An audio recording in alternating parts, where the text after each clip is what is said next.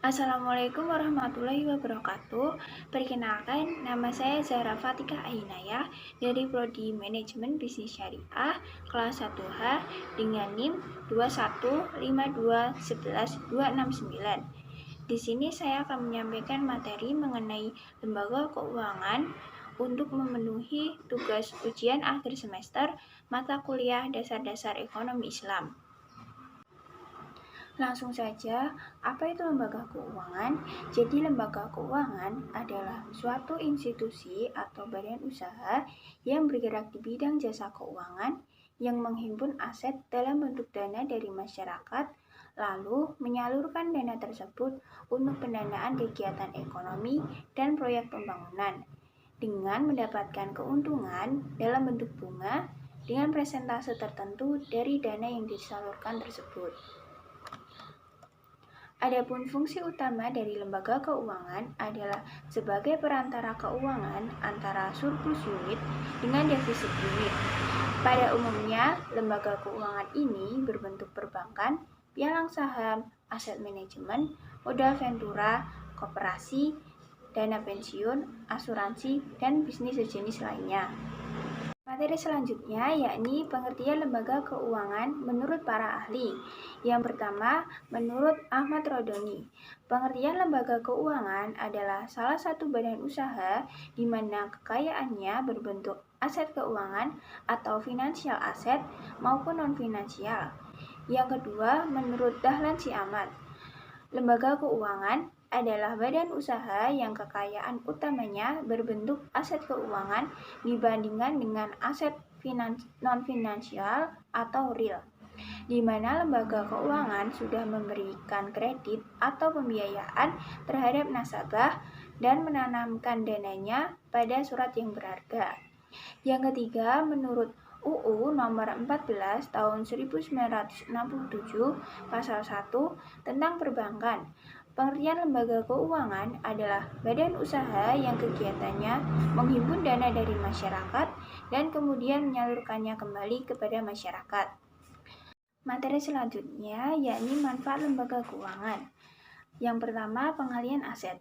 Salah satu peran penting lembaga keuangan adalah pengalihan aset. Aset lembaga keuangan dalam bentuk dana dipinjamkan kepada pihak lain untuk dikelola dalam masa waktu tertentu, sedangkan dana tersebut diperoleh dari simpanan masyarakat yang menabung di bank. Manfaat lembaga keuangan yang kedua yakni likuiditas atau kemampuan mendapatkan uang tunai saat diperlukan. Manfaat lembaga keuangan yang ketiga yakni realokasi pendapatan. Berfungsi sebagai badan usaha yang dapat melakukan realokasi pendapatan atau income reallocation. Dalam hal ini, lembaga keuangan berperan sebagai tempat realokasi pendapatan agar dapat digunakan di masa depan. Manfaat lembaga keuangan yang keempat adalah transaksi. Lembaga keuangan memiliki peran penting dalam penyediaan jasa dan mempermudah transaksi moneter. Materi selanjutnya yakni jenis lembaga keuangan. Jenis lembaga keuangan dibagi menjadi dua. Yang pertama, lembaga keuangan bank. Lembaga keuangan bank adalah suatu lembaga intermediasi keuangan yang umumnya didirikan dengan kewenangan untuk menerima simpanan uang, meminjamkan uang, dan menerbitkan promes atau yang dikenal sebagai banknot. Lembaga keuangan bank terdiri dari bank sentral, bank umum, dan bank perkreditan. Bank sentral memiliki peran penting untuk menjaga kestabilan perekonomian masyarakat. Bank ini dikendalikan oleh Bank Indonesia atau BI. Bank umum berfungsi untuk memberikan layanan jasa keuangan dan lalu lintas pembayaran. Sedangkan bank perkreditan merupakan badan usaha yang menerima simpanan berbentuk deposito berjangka. Jenis lembaga keuangan yang selanjutnya yang kedua yakni lembaga keuangan non-bank. Lembaga keuangan bukan bank adalah lembaga keuangan yang memberikan jasa keuangan dan menarik dana dari masyarakat secara tidak langsung atau non-depository. Beberapa jenis lembaga keuangan non-bank diantaranya perusahaan asuransi, perusahaan leasing, perusahaan dana pensiun, reksadana, bursa efek, pegadaian, dan perusahaan modal ventura. Selanjutnya, tujuan lembaga keuangan. Yang pertama, bank menghimpun dana dari masyarakat dengan mengeluarkan dokumen berharga sehingga dana masyarakat lebih aman. Yang kedua, menyalurkan kembali dana yang terhimpun tersebut untuk digunakan dalam pembiayaan di bidang ekonomi dan pembangunan. Yang ketiga, bank memberikan bantuan modal dalam bentuk kredit kepada masyarakat atau perusahaan untuk modal usaha. Yang keempat, Pegadaian memberikan pinjaman kepada nasabah dengan jaminan barang atau surat berharga. Yang kelima, koperasi memberikan jasa simpan pinjam bagi para anggotanya agar penggunaan uang lebih produktif dan anggotanya terbebas dari rentenir. Materi selanjutnya adalah lembaga keuangan syariah. Lembaga keuangan syariah adalah suatu perusahaan yang usahanya bergerak di bidang jasa keuangan yang berdasarkan prinsip-prinsip syariah. Prinsip syariah yaitu prinsip yang menghilangkan unsur-unsur yang dilarang dalam Islam, kemudian menggantikannya dengan akad-akad tradisional Islam atau yang langsung disebut dengan prinsip syariah. Dasar hukum lembaga keuangan syariah. Yang pertama, Peraturan Ketua Bapepam dan LK Nomor 3/BL/2007 tentang kegiatan perusahaan pembiayaan berdasarkan prinsip syariah. Yang kedua, Peraturan Ketua Bapepam dan LK Nomor 4/BL/2007 tentang akad-akad yang digunakan dalam kegiatan perusahaan pembiayaan berdasarkan prinsip syariah.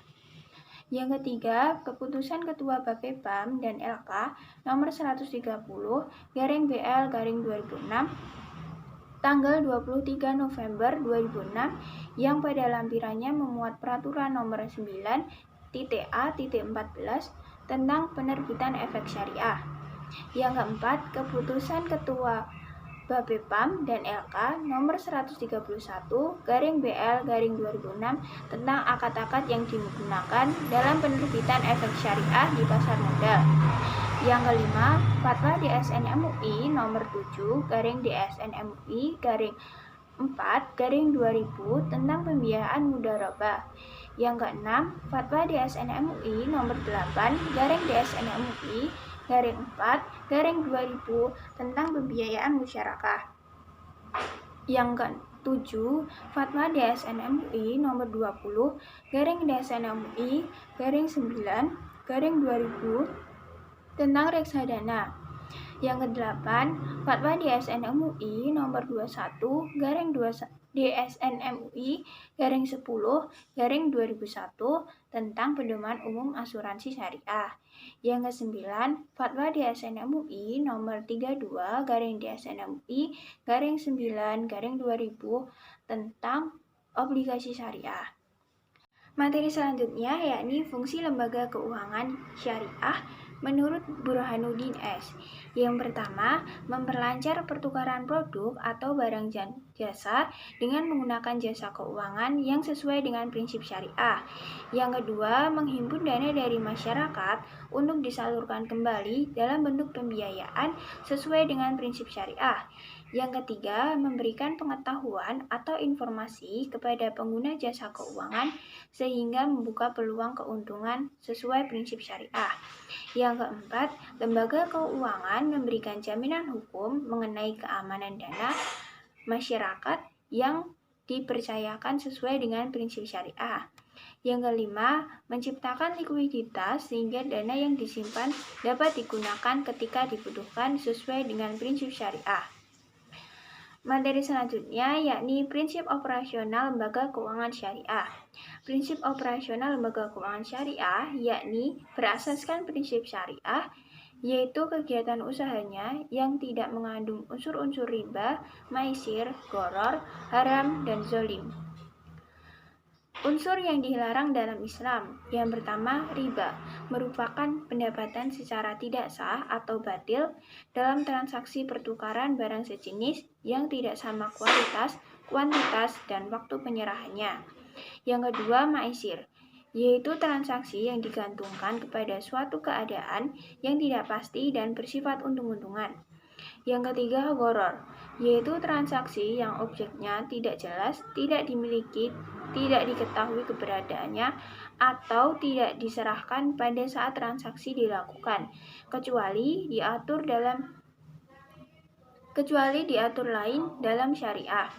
Yang keempat, yakni haram, yaitu transaksi yang objeknya dilarang dalam syariah. Yang kelima, zolim, yaitu transaksi yang menimbulkan ketidakadilan bagi pihak lainnya.